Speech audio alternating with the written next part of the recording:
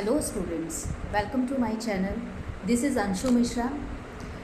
Today I am going to talk about Gandhi युग. आज मैं जो नया टॉपिक लेकर के आई हूँ आपके साथ गांधी युग का टॉपिक है. सबसे पहले मैं थोड़ा सा गांधी जी के बैकग्राउंड के बारे में आपको बात बताना चाहूँगी. 2 अक्टूबर 1969 को पोरबंदर गुजरात में उनका जन्म हुआ. उनकी माता जी का नाम पुतलीबाई व पिताजी का नाम करमचंद्र गांधी था. उनके बचपन का दौर ग्रामीण क्षेत्र में रहा. जब वे 13 वर्ष के थे तभी उनका विवाह कस्तूरबा गांधी जी से हो गया. 1889 से 1891 बैरिस्ट्री की पढ़ाई उन्होंने इंग्लैंड से की थी. 1892 में एक मुस्लिम व्यापारी ने आग्रह किया उनसे कि वे दक्षिण अफ्रीका चलें और वहाँ पर वे वकालत करें. उनका आग्रह मानते हुए वे वहाँ दक्षिण अफ्रीका वकालत के लिए गए. वहाँ उन्होंने प्रैक्टिस की. 1915 में वे भारत लौट करके आए. तब वे भारत के राष्ट्रीय आंदोलन से जुड़े. इसके बाद का युग गांधी युग के नाम से जाना जाता है. जब वे दक्षिण अफ्रीका गए तो उन्होंने देखा कि वहाँ पर गोरे और कालेों के बीच में भेदभाव होता है और उनके जीवन में कुछ एक ऐसी ही विचित्र सी घटना घटी. एक बार वो डरबर से प्रिक्टोरिया की यात्रा कर रहे थे. एक बीच में वहाँ स्टेशन पड़ता है मैरियसबर्ग. इसी स्टेशन पर एक ब्रिटिश अधिकारी ने उन्हें रेल से उतार दिया. उसकी वजह यह थी कि वे काले थे और वो प्रथम श्रेणी में यात्रा कर रहे थे, जिसे एक रेल कांड के नाम से भी जाना जाता है. इस घटना से उनको बड़ा ही अपमान फील हुआ और उन्होंने इसे अपने जीवन में एक टर्निंग पॉइंट के रूप में लिया. उन्होंने उसी दिन से अपने मन में ये ठान लिया कि मैं गोरे और कालों के बीच में जो भी भेदभाव है उसे दूर करने की पूरी कोशिश करूँगा. गांधी जी ने सत्याग्रह का प्रयोग सर्वप्रथम 1906 में किया था. सत्याग्रह का क्या अर्थ है? सत्य व अहिंसा के माध्यम से जीत के लिए प्रयास करना.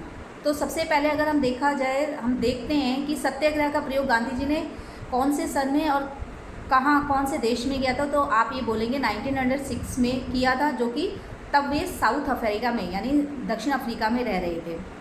9 जनवरी 1915 को वे भारत वापस आए थे.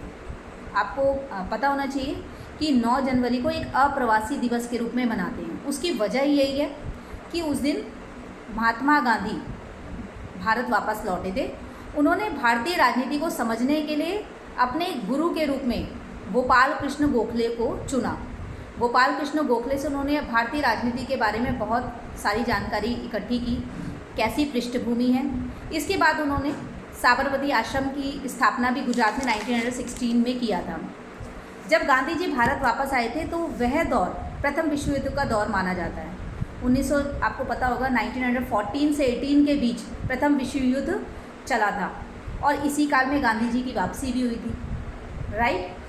गांधी जी ने शुरुआत में अंग्रेज़ों को सहयोग करने की नीति अपनाई. पहले वो गांधी जी जो थे अंग्रेज़ों के भक्त थे. वो एक्चुअल कहते थे कि हम अंग्रेज़ों की छत्र छाया में रह कर के ही अपने देश का और अपने व्यक्तित्व का विकास कर सकते हैं. तो उन्होंने अंग्रेज़ी शिक्षा का समर्थन किया, अंग्रेज़ी नीतियों का समर्थन किया और भारतीयों को कहा कि आप ज़्यादा से ज़्यादा जो प्रथम विश्व युद्ध हो रहा था आप अंग्रेज़ों का सहयोग करें, क्योंकि अगर आप अंग्रेज़ों का सहयोग करेंगे भारतीय लोग तो अंग्रेज़ आपसे खुश हो जाएंगे और वो भारत को मतलब आपके विकास के लिए नीतियाँ बनाएंगे. 1916 में साबरमती आश्रम की उन्होंने स्थापना की थी और भारतीय राजनीति से वो जुड़ चुके थे.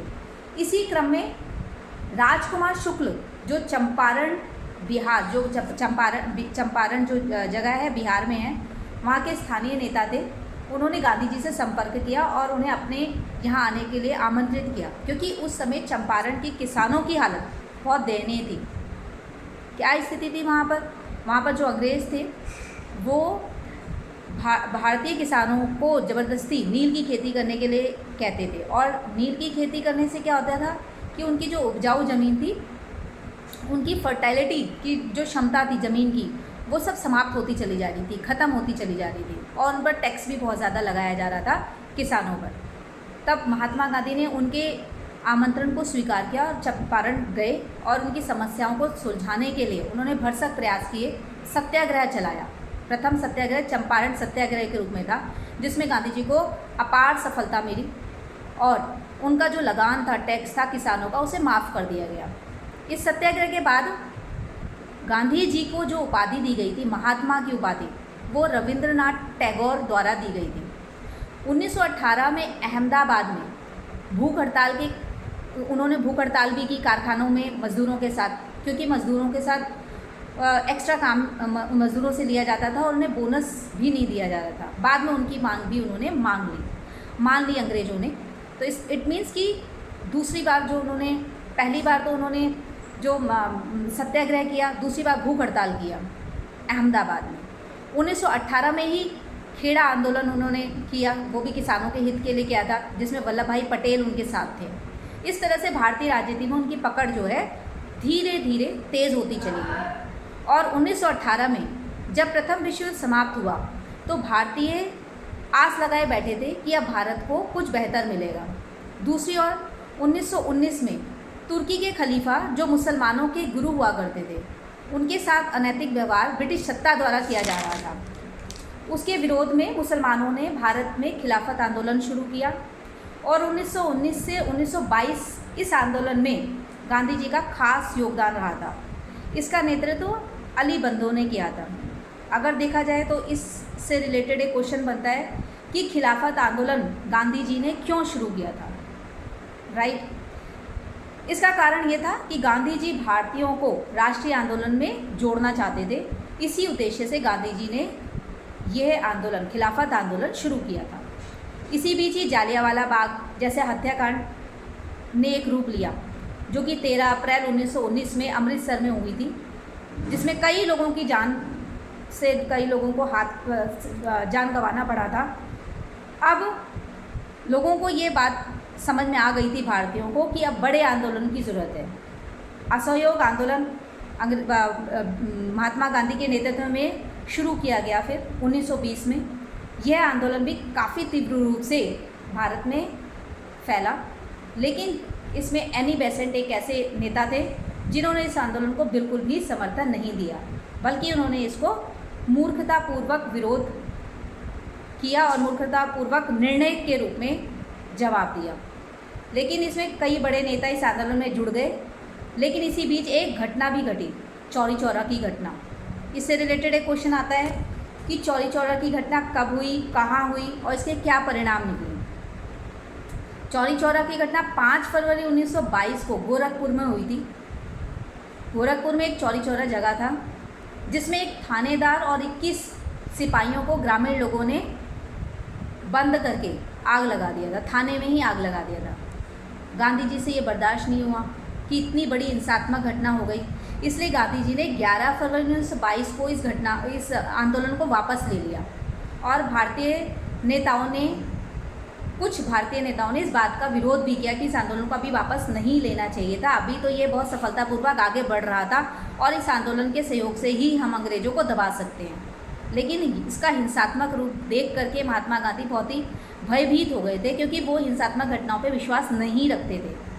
वो तो सत्य की राह में चलने वाले, अहिंसा के साधनों से आगे बढ़ने वाले एक ऐसे व्यक्ति थे। लाला लाजपत राय, चित्तरंजन दास और मोतीलाल नेहरू जैसे लोगों ने इस घटनाक्रम की आलोचना की कि आपने वापस क्यों लिया, इसे अभी आप चलने देते।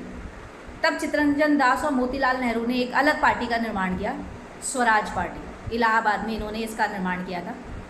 लेकिन उसी के बाद सविनय विज्ञा आंदोलन महात्मा गांधी द्वारा चलाया गया। 1930 से जो चालू रहा, शुरू हुआ और 34 तक चलता रहा।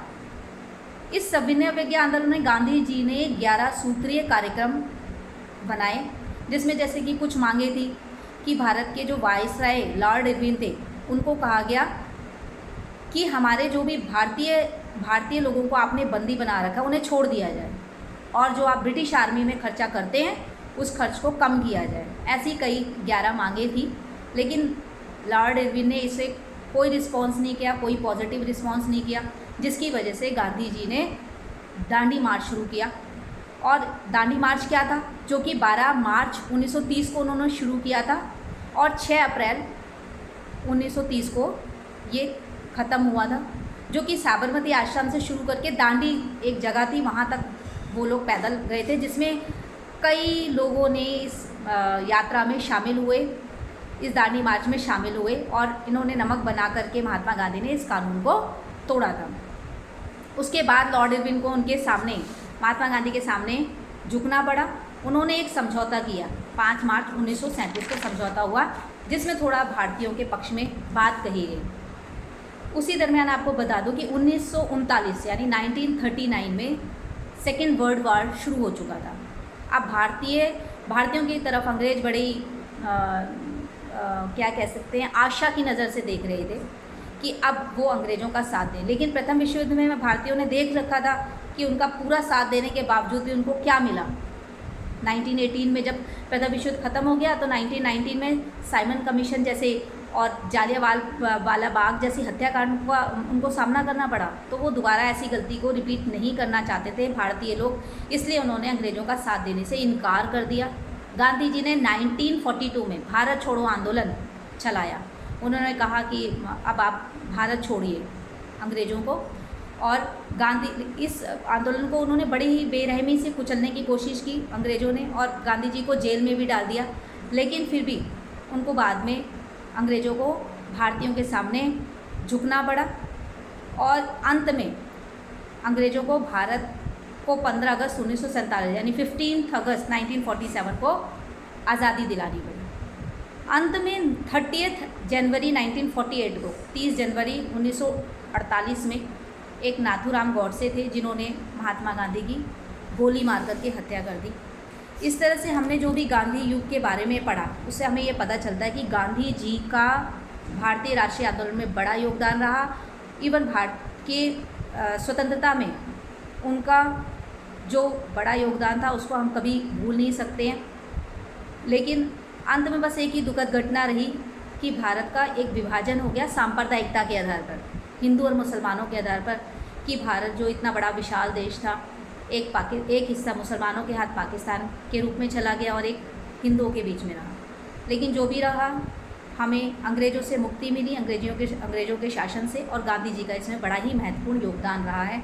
इससे रिलेटेड कई क्वेश्चंस आ सकते हैं, तो इसे आप ध्यान से सुनिएगा। इसमें जो इम्पॉर्टेंट फैक्ट है, गांधी जी ने कौन कौन से मूवमेंट चलाए, कौन कौन से ईयर में चलाए, उसे नोट डाउन करिएगा। और आप अपना जो भी सिलेबस है, जो स्टूडेंट्स जिस क्लास में पढ़ते हैं उस सिलेबस को फॉलो करो, उस टॉपिक को पढ़ो, चैप्टर वाइज चैप्टर पढ़ो। इस टाइम आप लोग घर पे हैं तो इस टाइम को यूटिलाइज़ करो। So stay safe, stay healthy. अगर वीडियो पसंद आए तो शेयर करें, लाइक करें एंड सब्सक्राइब करें। Thank you, bye.